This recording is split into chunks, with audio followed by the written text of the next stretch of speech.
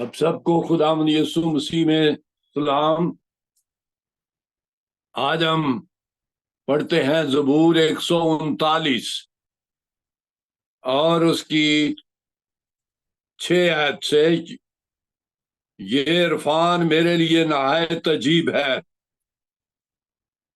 یہ بلند ہے، میں اس تک پہنچ نہیں سکتا، میں تیری روح سے بچ کر کہاں جاؤں یا تیری حضوری سے کدھر بھاگوں؟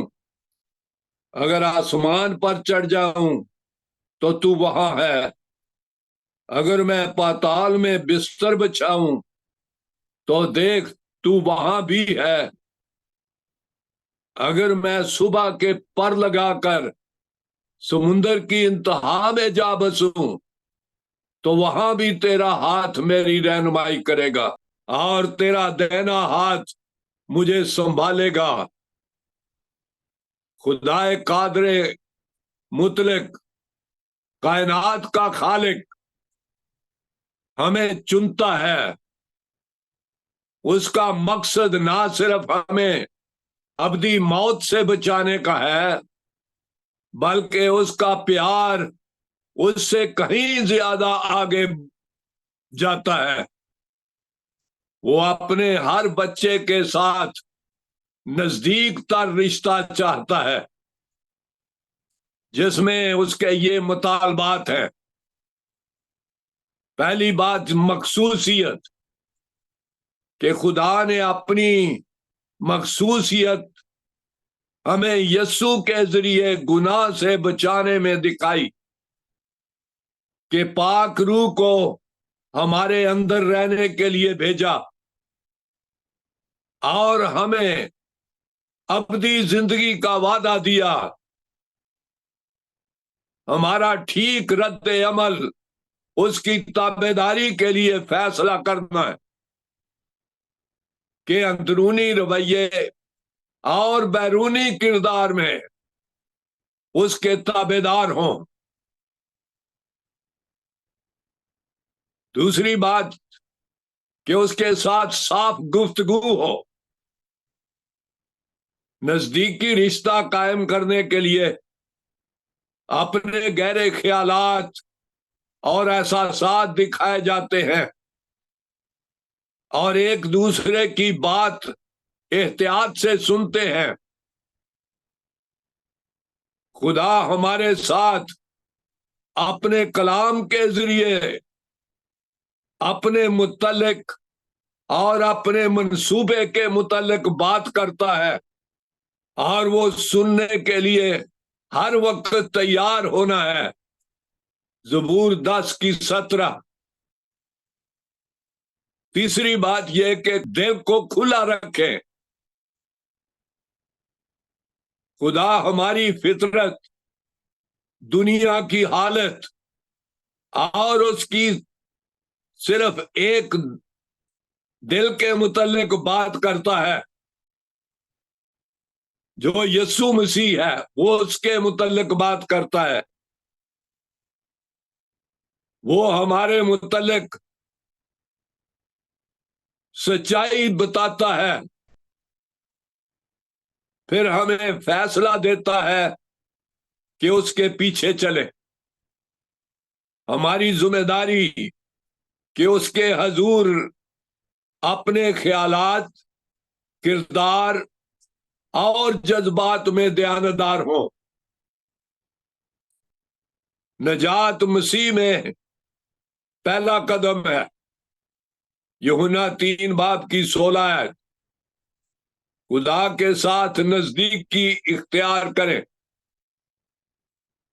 پھر تیتس 2 اور اس کی 11-12 آیت میں خدا کا فضل اور پاکیزگی بڑا پرزور بیان جو انجیل کا ہے، تیتس 2:11 میں بیان ہوا۔ پالوس بتاتا ہے کہ خدا کا فضل ظاہر ہوا کہ سب لوگوں کو نجات مہیا کرے۔ جو صدیوں سے یہ خوشخبری چھپی ہوئی تھی اب وقوع میں آ گئی. یہ فضل سب انسانوں کے لیے ظاہر ہوا. جہاں پالوس اس نجات کے لیے خدا کی طاقت کہتا ہے، رومیو 1:16 ہے، یہ طاقت ہمارے لیے مہیا ہے. ہم کئی دفعہ اس فضل کو پا کر بے دل ہو جاتے ہیں. خوبصورت ہے، مگر اس کے ساتھ درد بھی سہنی پڑتی ہے. ہم ایک دم تبدیلی کی توقع کرتے ہیں. فضل اسکول میں استاد کی طرح ہے جو ہدایات کے ساتھ اپنے سبق تیار کرتا ہے. تیتس 2:12 میں ہم سیکھتے ہیں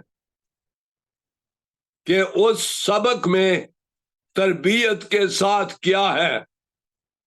ہدایت کرتا ہے کہ بے دینی اور دنیوی خواہشوں کا انکار کر کے اس موجودہ جہان میں پرہیزگاری اور راست بازی اور دینداری کے ساتھ زندگی گزارے.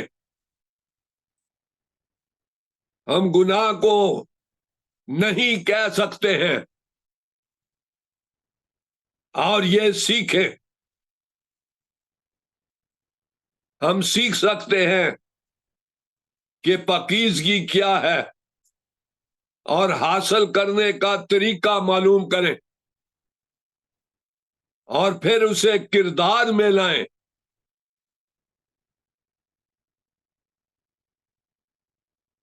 ہم گناہ کو نہیں کہہ سکتے ہیں.